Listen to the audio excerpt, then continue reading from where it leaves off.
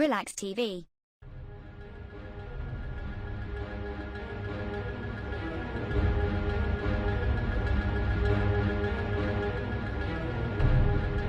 Apakah yang dikatakan sebagai Yahudi Bani Israel dan siapakah yang dikatakan Yahudi yang non Bani Israel ataupun disebut sebagai Yahudi Zionis?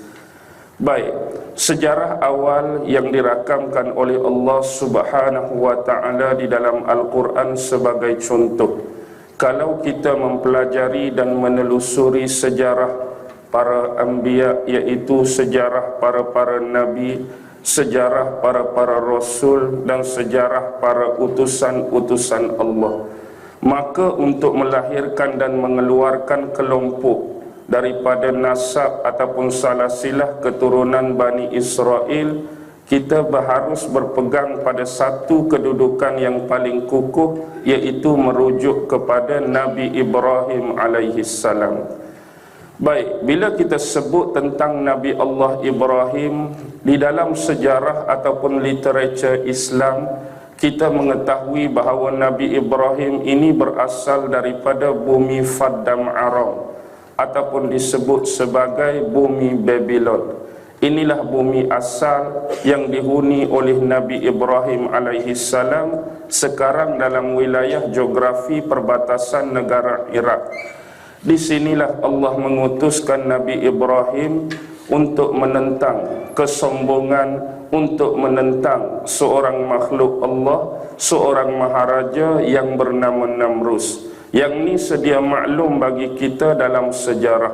Selepas berlaku peristiwa pembakaran Nabi Allah Ibrahim akibat penentangan terhadap Namrus, maka Nabi Ibrahim telah melakukan penghijrahan. Nabi Ibrahim membawa sebahagian besar ahli keluarga dia, termasuk isteri dia, iaitu siapa isteri Nabi Ibrahim? Sarah. Yang bahasa Melayu kita selalu letak Siti kat depan. Siti Sarah pun kita faham, Sarah pun kita faham. Di samping itu Nabi Ibrahim juga membawa adiknya Haran. Haran ni bapa kepada Nabi Lut alaihissalam. Jadi sini nampak bagi kita bahawa Nabi Ibrahim itu ialah bapa saudara kepada Nabi Allah Lut alaihissalam. Mereka melakukan perjalanan ke arah utara. Kalau kita ikuti peta dan sempadan geografi sekarang, daripada Iraq mereka melangkaui perjalanan dan perbatasan ke arah bumi Syria. Mereka turun daripada Lebanon, mereka turun ke Israel, mereka turun ke Palestin, dan kemudian mereka masuk kawasan utara Mesir. Di sinilah berlaku perampasan, iaitu perampasan Sarah daripada Maharaja Mesir pada waktu tersebut, yang mana cerita ini saya kata sedia maklum bagi kita melalui kisah merampasnya Sarah daripada Maharaja Mesir inilah membawa kepada Nabi Ibrahim dianugerahkan Hajar. Nabi Ibrahim dianugerahkan Hajar, kemudian dikahwini Hajar sebagai isteri yang kedua. Dan di sini kita harus memahami satu benda. Bila Nabi Ibrahim berada dalam wilayah Mesir, tidak dapat tidak perkara yang paling sinonim dan paling dekat dengan Mesir ialah Fir'aun. Adakah yang merampas Sarah pada waktu tersebut adalah keturunan-keturunan daripada dinasti ataupun kerajaan Fir'aun? Tidak. Sebenarnya zaman Nabi Ibrahim masuk ke dalam wilayah ataupun daerah Mesir, dia ialah zaman awal pemerintahan Hyksos. Hyksos ni memerintah hampir 500 tahun di Mesir. Kalau kita ikuti daripada awal sejarah dinasti Mesir, dia ada zaman dinasti Mesir Hilir, ada zaman dinasti Mesir Hulu, baru masuk kepada dinasti yang pertama sampailah kepada dinasti yang ke-17. Bila penghujung dan berakhirnya dinasti ke-17, waktu inilah satu bangsa yang dipanggil sebagai bangsa Hyksos asalnya mereka adalah bangsa yang menumpang di bumi Mesir, tapi lama-kelamaan mereka mengumpul bala tentera dan kekuatan, mereka berperang dengan dinasti Mesir. Akhirnya kemenangan berada di pihak Hyksos. Jadi Hyksos ambil alih sementara pemerintahan kerajaan Mesir sampailah berlangsungnya lebih kurang hampir 500 tahun. Bila mereka tewas, barulah naik dinasti pemerintahan Fir'aun yang bersambung daripada hak 17 yang tewas tadi. Jadi hak naik hak baru ni dinasti Fir'aun yang ke-8, yang ke-18. Sebab itulah kalau kita ikuti sejarah Al-Quran sebagai contoh, bila kita baca kisah-kisah Nabi Musa sering naik nama-nama Fir'aun. Tapi bila kita baca kisah-kisah Nabi Allah Yusuf, sedangkan Nabi Allah Yusuf berada di bumi dan di tempat yang sama, di bumi Mesir, tapi satu nama Fir'aun pun tak pernah keluar dalam sejarah kisah Nabi Yusuf. Wah, sebab zaman Nabi Yusuf ialah zaman pemerintahan Hyksos, bukan zaman pemerintahan Fir'aun. Jadi Fir'aun pada zaman Nabi Allah Musa adalah Fir'aun ketiga pada dinasti ke-19, merujuk kepada Fir'aun yang bernama Ramses II.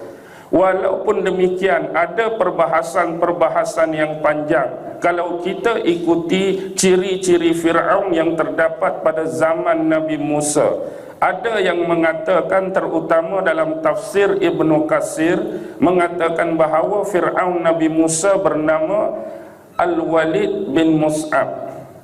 Tu yang pertama, nama dia Al-Walid bin Mus'ab. Bila saya rangkum ataupun connectionkan dengan senarai dinasti Fir'aun dan nama-nama Fir'aun, Walid bin Mus'ab ini ada dalam kerajaan Hyksos sebenarnya.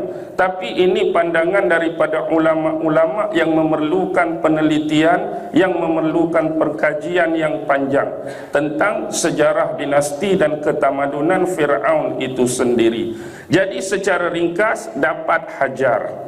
Bila dapat Hajar, kembali semula ke bumi Kan'an. Bila saya sebut bumi Kan'an, agak-agak di mana Kan'an ni? Kan'an tu merujuk kepada Palestin sekarang. Itulah bumi Kan'an. Jadi saranan daripada Sarah, yang Sarah ni mandul. Sarah ni tak mampu untuk memberikan zuriat kepada Nabi Allah Ibrahim. Bila dah dapat Hajar, maka Sarah sendiri yang menyarankan kepada Nabi Ibrahim supaya memperistrikan Hajar. Baik, bila Nabi Ibrahim memperistrikan Hajar, dalam tempoh waktu yang singkat, Hajar ni mengandung. Cuba bayangkan perasaan seorang isteri, memang dia yang suruh kahwin dua, tapi dalam keadaan dia ni mandul, hak suruh kahwin dua pula, muda lepas tu mengandung pula. Bagaimana perasaan dia? Kecemburuan itu tinggi walaupun isteri di kalangan nabi-nabi dan rasul. Akibat kecemburuan tersebutlah seolah-olah Sarah ingin memisahkan Ibrahim dan Hajar. Lantas ini ditunaikan oleh Nabi Ibrahim dengan membawa Hajar ke satu tempat lembah yang gersam yang dikenali sebagai Bakkah.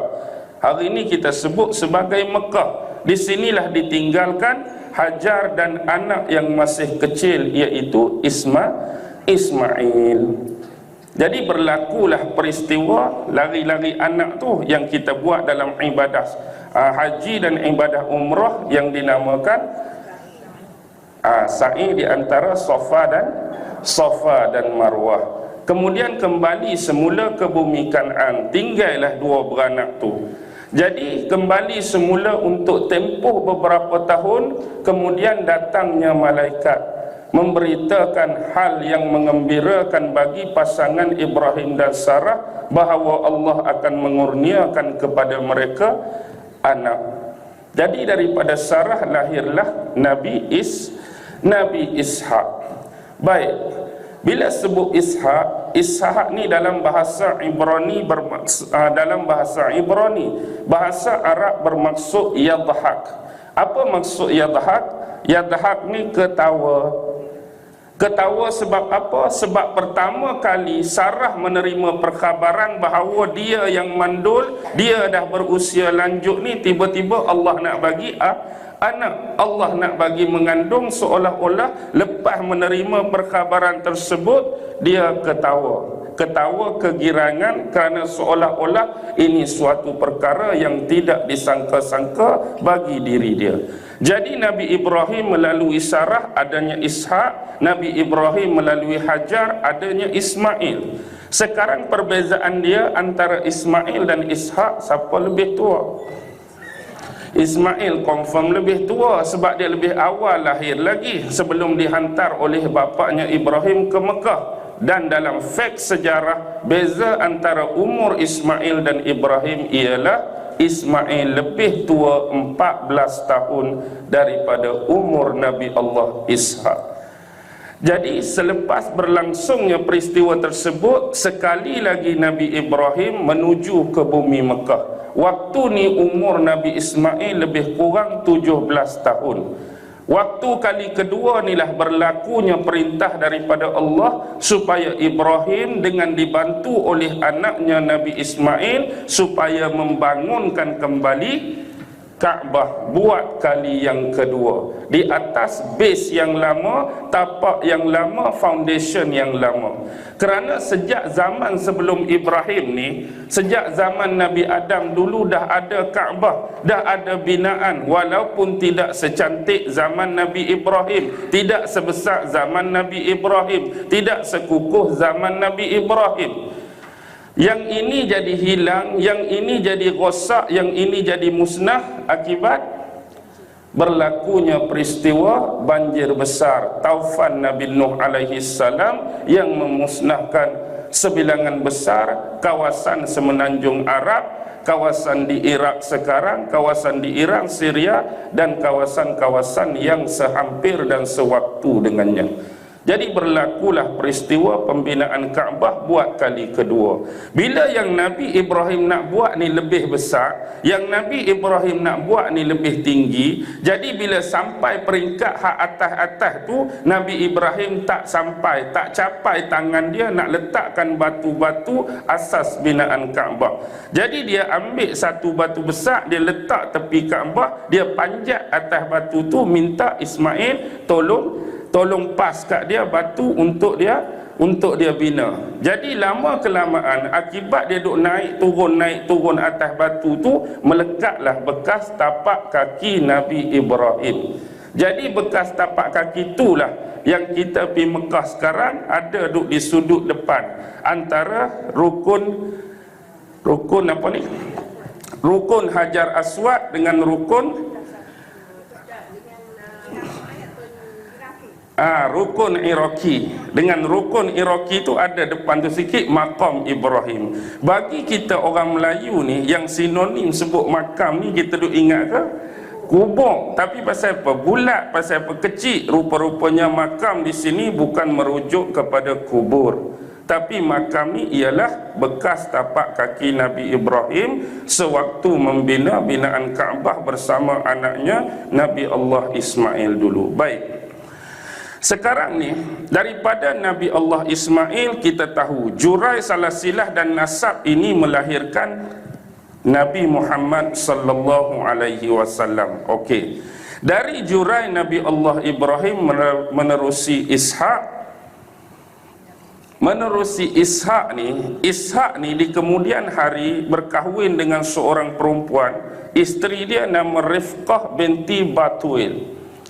Isteri Nabi Allah Ishak Rifqah binti Batuil. Jadi dengan Rifqah ni dapatlah dua orang anak. Sebenarnya dua ni bukan asing-asing, tapi anak kembar.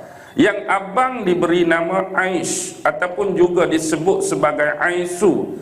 Adik dia ni Nabi, iaitu Nabi Allah Yaqub alaihi salam. Jadi Nabi Allah Yaqub ni lahir kembar. Abang yang mendahului kelahiran sebelum beliau ialah Aish. Di kemudian hari terjadi perselisihan. Jadi Aish ni meninggalkan keluarga menuju ke arah barat. Dialah dikenali sebagai Abu Rum, bapa yang melahirkan keturunan Rum, iaitu Aish. Manakala Ishak ni, manakala Yaqub ni, dia kembali semula ke tempat bapa dia, Nabi Allah Ibrahim tu, iaitu Padang Aron. Di situ tinggal bapa saudaranya yang bernama Laman satu riwayat, Laban satu riwayat. Jadi kalau orang sebut Laman pun memang ada dalam riwayat, kalau orang sebut nama dia Laban pun memang ada dalam riwayat. Dia ni abang kepada mak dia. Mak dia tadi nama apa? Isteri Nabi Ishak, Rifqah. Jadi Laman atau Laban ni abang kepada Rifqah, bapa saudara kepada Nabi Allah Yaqub. Jadi bila pi ke sana, orang yang mula-mula dia jumpa ialah anak Laban, sepupu dia, iaitu siapa? Rahil nama dia.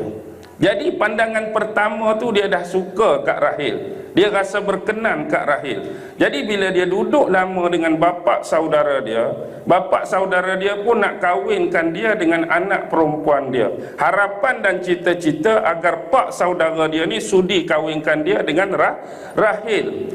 Tapi mungkinlah walaupun Negeri Sembilan tak ada lagi masa tu, jadi adat masa tu pun dia biasa kahwin kakak dulu. Jadi Rahil ni adik. Jadi kakak dia nama apa? Kakak dia nama Layah. Jadi bapa kahwinkan dengan Layah. Jadi bila kahwin beberapa tahun, nampak ketidakceriaan, ketidakseronokan pada diri Nabi Allah Yaqub. Jadi dikahwinkan pula dengan adik, iaitu Rahil tadi. Ingat, syariat masa tu membenarkan kahwin dua beradik serentak. Jangan buat perangai hari ni. Pak Din nampak tiga-tiga anak Pak Din tu cantik semua-semua. Sekali angkat lagu mana? Tak payah. Boleh nak angkat adik-beradik sama ada bercerai atau meninggal. Baik. Dah kahwin dengan Layah, dah kahwin dengan Rahil. Sampai masa Nabi Ishak panggil semula Nabi Yaqub kembali ke bumi Kanaan, bumi Palestin. Jadi bapa ni sayang kepada dua anak-anak dia, lalu dibekalkan dengan dua orang pembantu. Satu nama Zalfah untuk Layah, satu nama Balhah untuk Rahil. Jadi tak dan ke mana-mana, sampai tengah jalan kahwin empat-empat. Jadi isteri Nabi Allah Yaqub ni 4 orang. Yang pertama tadi Layah, yang kedua Rahil, 3 Zalfah, 4 Balhah. Baik. Layah ni 6 orang anak. Yang pertama Raubin, Syam'un, Lewi, Yahuza, Izakar, Zebulun. 6. Rahil, Nabi Allah Yusuf dengan adik dia Bunyamin. Zalfah, Jad dengan Ashir, Balhah dan Naftali. Okey, inilah sebenarnya 12 keturunan Bani Israel. Ni hak betul-betul the real keturunan Nabi Allah Yaqub alaihi salam. Dalam bahasa Arab, Bani ni anak-anak. Israel tu Nabi Allah Yaqub lah.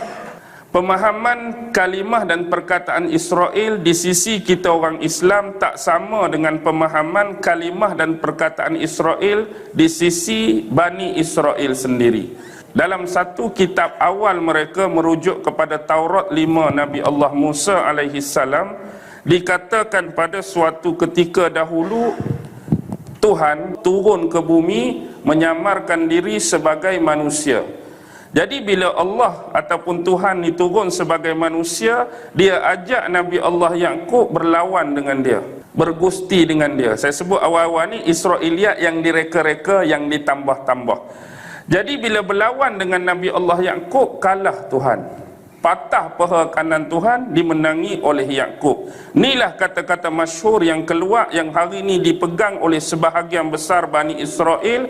Sesungguhnya selepas ini kamu sesekali jangan lagi dipanggil dengan nama Yaqub, tetapi kamu dipanggil dengan nama Israel, yang bererti kamu yang mengalahkan Tuhan. Kalau sebenar dalam bahasa Ibrani, Israel bermaksud hamba Allah, sama dengan Abdullah dalam bahasa Arab. Ni pemahaman kita tentang kalimah Israel.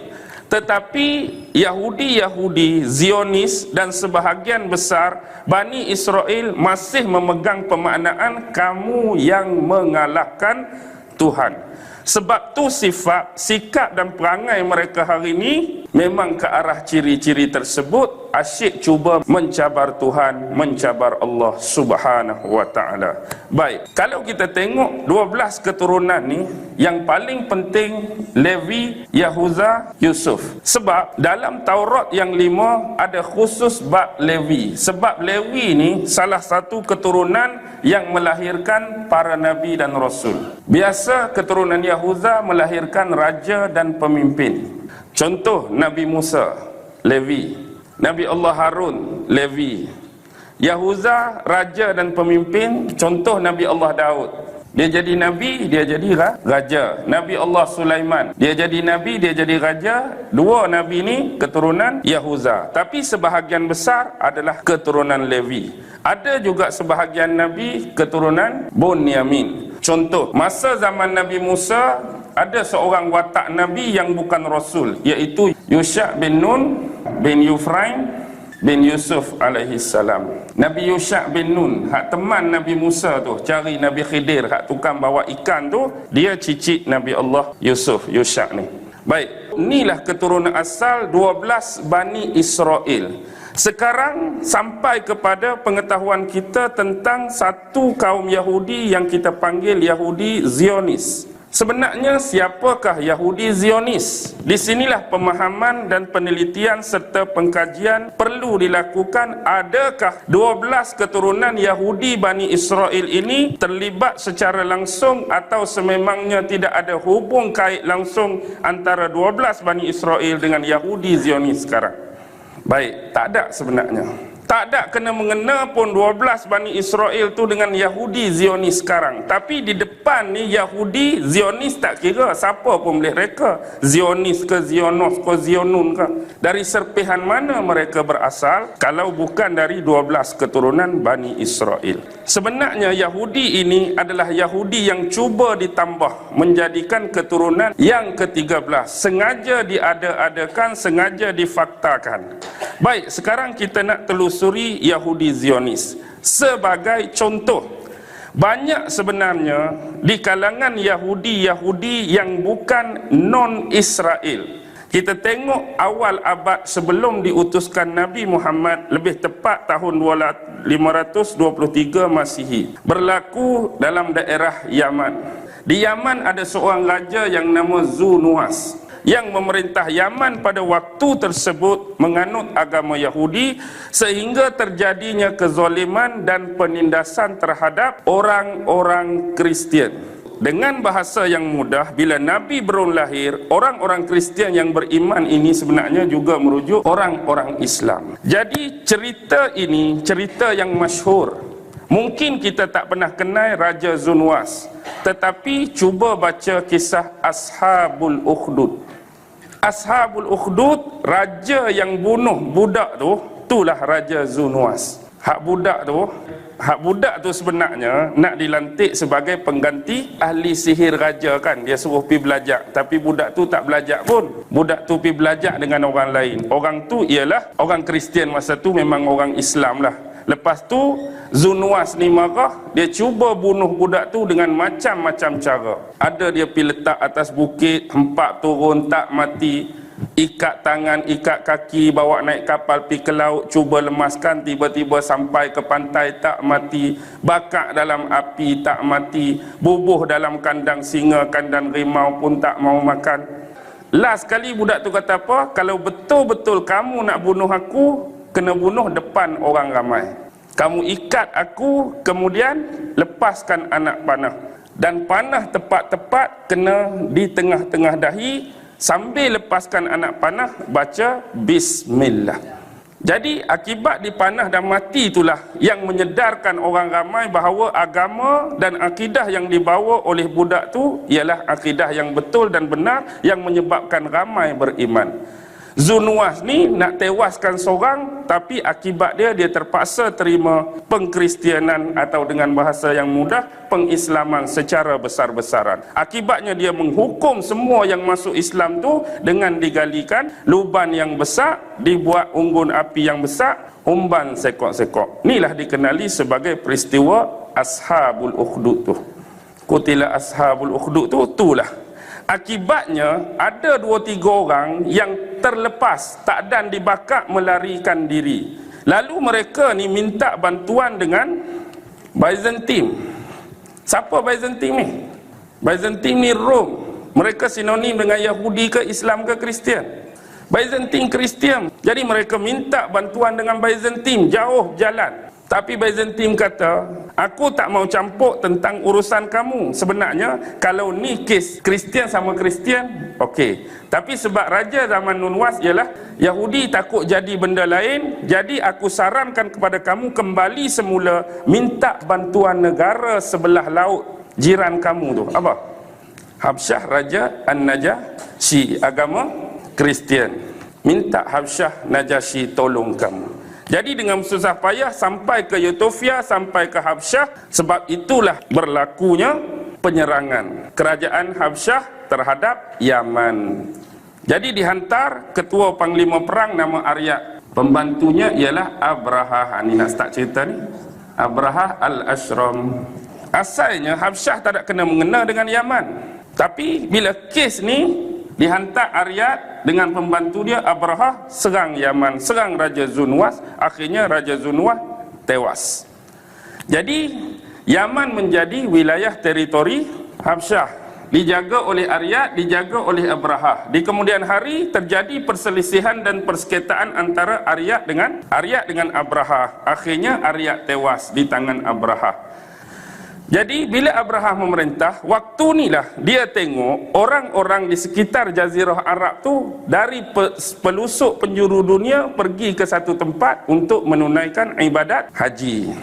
Hak inilah dia cuba buat apa dekat Yaman.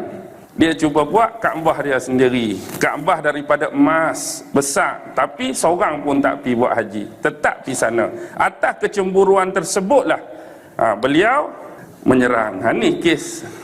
Maksudnya dekat-dekat aja kisah ni. Kisah ni bertaut antara Ashabul Ukhdud selang dengan penyerangan Kaabah. Okey. Sekarang ni kalau kira Yahudi hak duduk di zaman-zaman Zunwas tu Yahudi Bani Israel 12 ke? No. Maksudnya dah ada Yahudi. Lebih jauh kawasan Afrika, kawasan Habsyah tu, Afrika Utara, banyak Yahudi, antaranya Jawara. Nama suku Yahudi. Antaranya Nafusa, nama suku Yahudi. Kahina, nama suku Yahudi. Ni antara suku-suku paling awal di Afrika dahulu, kawasan Habsyah dan kawasan sekitar yang jadi Yahudi. Tapi mereka non Bani Israel. Inilah disebut sebagai Yahudi Mizrahi, Yahudi Timur. Termasuk Yahudi Mizrahi ialah Yahudi Yaman, Yahudi Lubnan, Yahudi Syria, Yahudi Iraq, Yahudi Parsi, Yahudi Bukhari, kawasan-kawasan timur. Atas sekali Yahudi apa? Ashkenazi. Inilah sebenarnya asalnya Yahudi Khazar. Inilah keturunan Yajuj Majuj ni. Antaranya Hitler Ashkenazi, hak geng-geng komunis Karl Marx Ashkenazi, Stalin Ashkenazi. Siapa lagi? Lenin Ashkenazi, Bill Gates Ashkenazi. Kebanyakan Ashkenazi hak geng-geng popular. Geng-geng hak mendominasi dunia ialah Yahudi Ashkenazi. Asalnya Jerman dan Rusia. Tapi dia lebih kepada semenanjung Iberia, pergunungan Kaukasus. Okey. Yahudi Khazar ni bukan Yahudi 12. Tapi satu fakta yang saya jumpa, mereka ni seolah-olah masih ada sisa-sisa Yahudi yang 12. Ingat tak kes Nabi Musa? Waktu dia turun daripada Bukit Tursina, Samiri buat patung lembu. Jadi Nabi Musa mengusir Samiri dan pengikut-pengikut dia. Maksudnya ada lagi Yahudi yang tak mau ikut Nabi Musa, ikut belakang Samiri. Jadi Samiri berhijrah tu dikatakan dia tetap keturunan hak 12 tu sebab asal geng-geng Nabi Musa. Kata setengah riwayat, keturunan hak serpihan tu lah yang jadi ni. Bila mereka asimilasi dengan penduduk setempat, maksudnya darah Yahudi tu masih ada. Tu satu riwayat. Tapi riwayat lain kata Yahudi Khazar. Baik. Bila sebut Yahudi Khazar, kita kembali dalam surah Al-Kahfi. Surah Al-Kahfi sebut ada satu bangsa yang selalu diserang tak? Dan bangsa ni minta tolong dengan siapa? Iskandar Zulkarnain, kerana ada satu bangsa yang menyerang mereka, memusnahkan mereka, merosakkan mereka, merujuk kepada Ya'juj Ma'juj. Nak memahami tempat asal Ya'juj Ma'juj, kita perlu tengok kriteria bangsa hak minta tolong. Kriteria bangsa hak minta tolong cukup cekap dalam bidang apa? Bawakan kepada aku tembaga yang dicairkan. Maksudnya kumpulan-kumpulan ni pakar dah, bahagian besi, bahagian tembaga.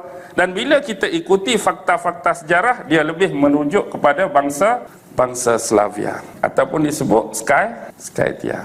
Slavia, Skytia, kawasan-kawasan ni je.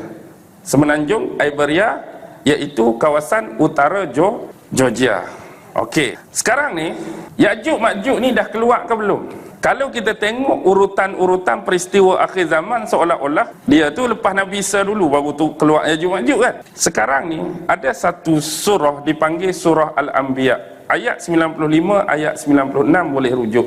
Amat mustahil untuk penduduk sesebuah negeri untuk kembali semula sehingga dibukakan tembok ataupun benteng Ya'juj dan Ma'juj, dan mereka akan turun daripada tiap-tiap tempat yang tinggi dengan laju. Okey, penduduk bermaksud orang Yahudi.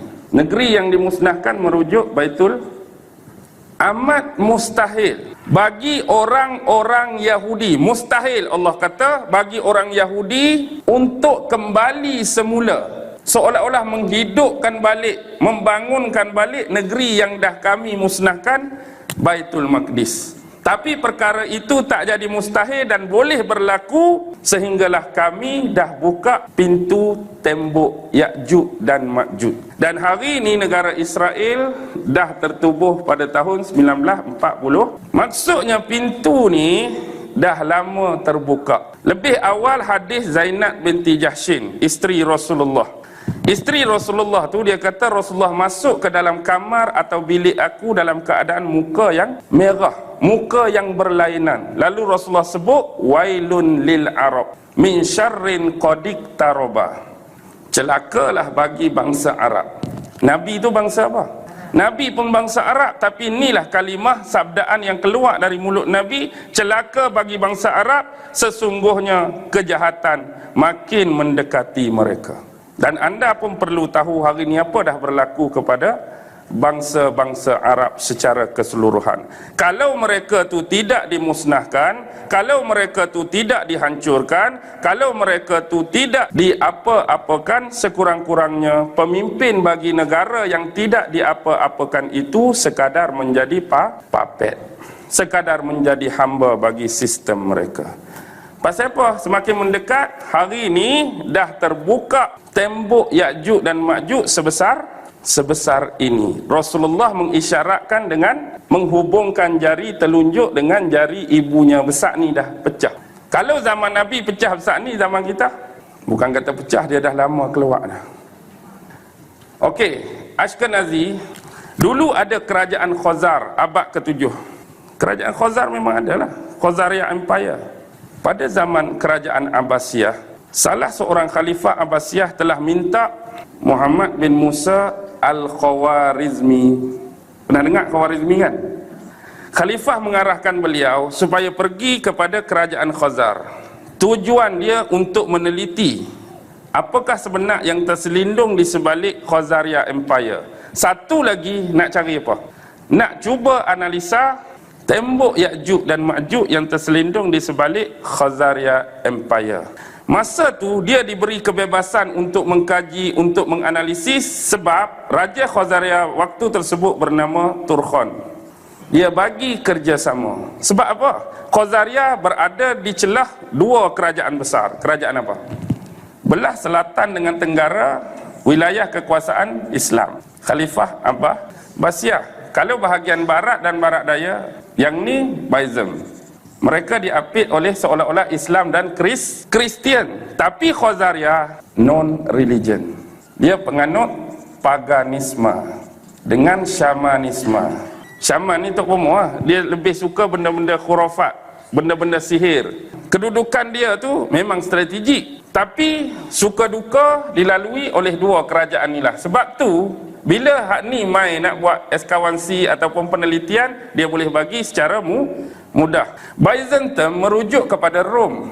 Rom terbahagi kepada dua. Satu Rom Barat, satu Rom Timur, yang akan bergabung dengan tentera Islam dalam perang besar akhir zaman. Rom Timur kan Rom Barat? Rom Timur akan bergabung dengan tentera Islam. Hak ni akan bergabung dengan kita. Hak ni lebih mesra dengan Islam sebenarnya. Hak ni merujuk pada apa sekarang agak-agak? Hak sesuai. Bahagian timur kuasa besar Ortodok. Rusia, Turki, Syria. Lepas tu Rom Vatikan ni, NATO, UN dan bangsa-bangsa Arab hak menyebelahi Rom Barat. UAE, Oman, Arab Saudi, tu bahagian belah blok barat. Okey, lama kelamaan yang ni datang, yang ni pun datang atas undangan Raja Khazar. Dia Khazar ni jadi Yahudi abad ke-9. Dia start abad ke-5 lagi. Tapi abad ke-7 dan ke-8 ni Maharaja Khazar nama bulan, dia jemput wakil Kristian, wakil Islam, dia jemput wakil Yahudi untuk mendengar tentang akidah dan teologi agama masing-masing. Seolah-olah dia berasa nak beragama, dia nak pilih dah. Daripada tiga agama tu, hak mana terbaik? Mari ulama Islam cerita hal kamu, akidah Islam lagu mana? Mari Robah Yahudi cerita pasal Yahudi lagu mana? Mari Kristian cerita pasal Kristian. Akhirnya dia pilih yang mana? Dia pilih Yahudi. Why dia tak pilih Islam? Why dia tak pilih Kristian? Sebab bagi dia, Yahudi salah satu daripada tiga agama samawi dan dihormati oleh Kristian dan Islam. Yang sebenarnya Yahudi ini sebagai tempelan politik semata-mata. Sedangkan roh, hati dan jiwa masih mengamalkan paganisme dan syamanisme. Inilah Yahudi Zionis di kemudian hari, iaitu Yahudi Khazar. Hanilah hak membentuk kerajaan haram Israel 1948. Tak ada kena-mengena dengan 12 Bani Israel. Keturunan 12 Bani Israel pergi mana habis? Penipuan terpaksa direka untuk peristiwa Holocaust. Seolah-olah Nazi dengan perwatakan Hitler telah membunuh Yahudi seramai 6 juta orang. 6 juta orang Yahudi terbunuh. Siapa bunuh? Nazi. Di bawah pimpinan Hitler. Tapi sedar atau tak sedar, Yahudi dibunuh, betul atau salah? Benar. Tapi Yahudi mana? Yahudi inilah yang faham sebenarnya bahawa bumi Israel bukan lagi untuk mereka. Bila nak tubuhkan Yahudi Israel 48, mereka minta Yahudi hak sebenar pun kembali balik. Tapi geng-geng ni tak mau. Hak benar-benar 12 Bani Israel tak mau. Sebab dah dijanjikan Israel ni bukan untuk mereka. Mereka lebih senang dan selesa di bawah kepimpinan Islam waktu duduk di Palestin dulu. Islam lebih bagus, Islam lebih adil. Akibatnya tak dengar kata peristiwa Holocaust terpaksa dibuat. Akibatnya orang yang tak faham akan kesian kat siapa? Kesian kat Yahudi. Yahudi baik sebenarnya dibunuh. Jadi kesiannya kat Yahudi. Kita perlu buat secara cepat negara Israel ni bagi orang Yahudi ni ada penempatan, ada tempat tinggal. Benda ni untuk tagih simpati supaya orang kesian dekat Yahudi. Sebenarnya yang nak bukan 12, tapi yang nak itulah Khazariyah, Zionis, Ya'juj Ma'juj. Akhirnya dengan kejatuhan Turki Osmaniyah 1924, lalu dibahagikan wilayah-wilayah yang dipunyai oleh Osmaniyah. Italia ambil sikit, Perancis ambil sikit, Amerika ambil sikit, Jerman ambil sikit, dapat Israel. Dia Ya'juj Ma'juj ni sebenar keturunan siapa? Nabi Nuh. Dia ada anak nama Kan'an. Dia ada anak nama Sam. Dia ada anak nama Ham.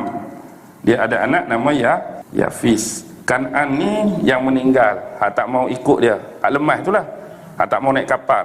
Sam melahirkan keturunan Arab. Ham melahirkan keturunan Negro lah, Habsyah, kulit-kulit hitam tu. Yafis melahirkan keturunan Eropah. keturunan Turk. Dia sebut Turk dulu, sekarang kebetulan ada negara Turki. Turk dalam bahasa Arab bermaksud tertinggal. Tertinggal maksudnya satu bangsa yang ditinggalkan di sebalik tembok, tu sebenarnya keturunan Turk. Asalnya Ya'juj Ma'juj ni keturunan Turk, bukan merujuk pada Turki sekarang lah, kebetulan nak sama. Turki pun memanglah keturunan tu juga.